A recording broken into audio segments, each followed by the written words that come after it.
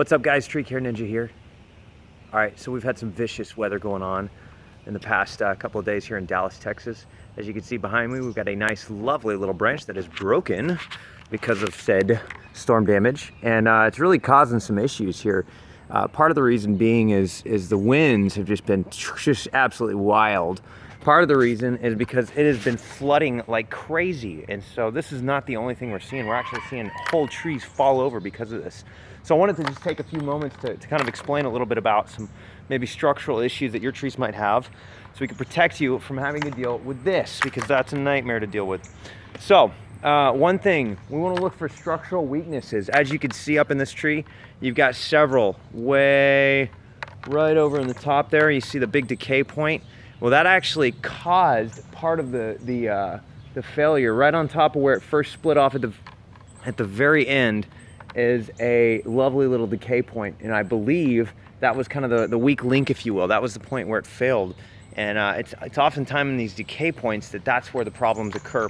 The other thing too, if you look right in the middle there where it first branches out at the top, now fortunately it didn't break there, or it might have caused more damage, but that is another weak point. Is whenever you have two limbs that are the same size approximately, we call that a codominant stem, and what happens is it forms a weak attachment point.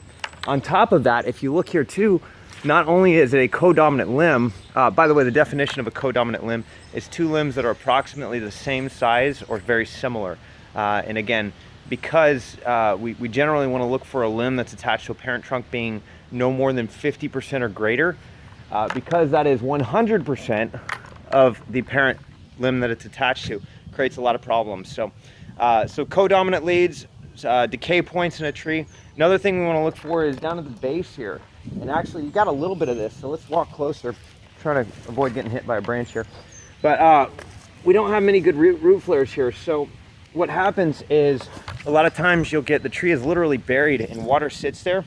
And especially if it's in like a low part of a yard, if you're kind of in a little valley there, that can really create a problem with water pooling in that area and just sitting there, creating a perfect environment for bacteria, fungus, things like that might weaken the root system.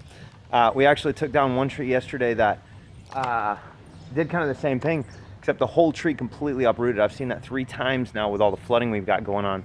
Especially in a clay soil, that's where you're gonna have the most problems, because clay tends to hold on to water really, really well.